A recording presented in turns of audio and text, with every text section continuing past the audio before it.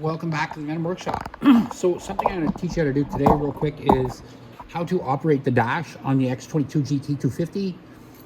We're going to turn our key on. Now, there's two different functions for these buttons. So if your oil light goes off and all of a sudden you need to get an oil change, it's going to leave an oil light on the dash here. Now to reset that, all you have to do is go to this left button, hold it, and it will reset the odometer.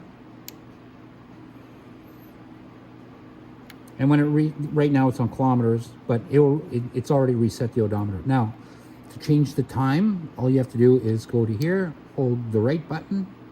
It'll put it on to the 11 there. You can see you can click it up. 1, so it's 12, 13. Go all the way through, and then you could just do regular time again. Instead of going to the 12 clock, you can just go to the regular time. So we're going to do that, and we're going to make it, we're going to get off the 24 o'clock and back to the regular clock. So say it's 3 o'clock, and hold the button again, it'll go to the 17. We can say it's 3 o'clock, like I said.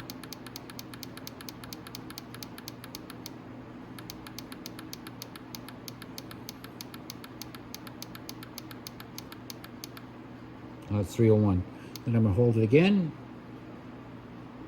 and it's going to stop flashing. And then, like I said, if you want to reset that button, you just go to here, click on here, click one time, then hold it, and that'll reset it. And that will turn off your oil light. And that's it, guys. That's how you operate the dash on the X22GT 250.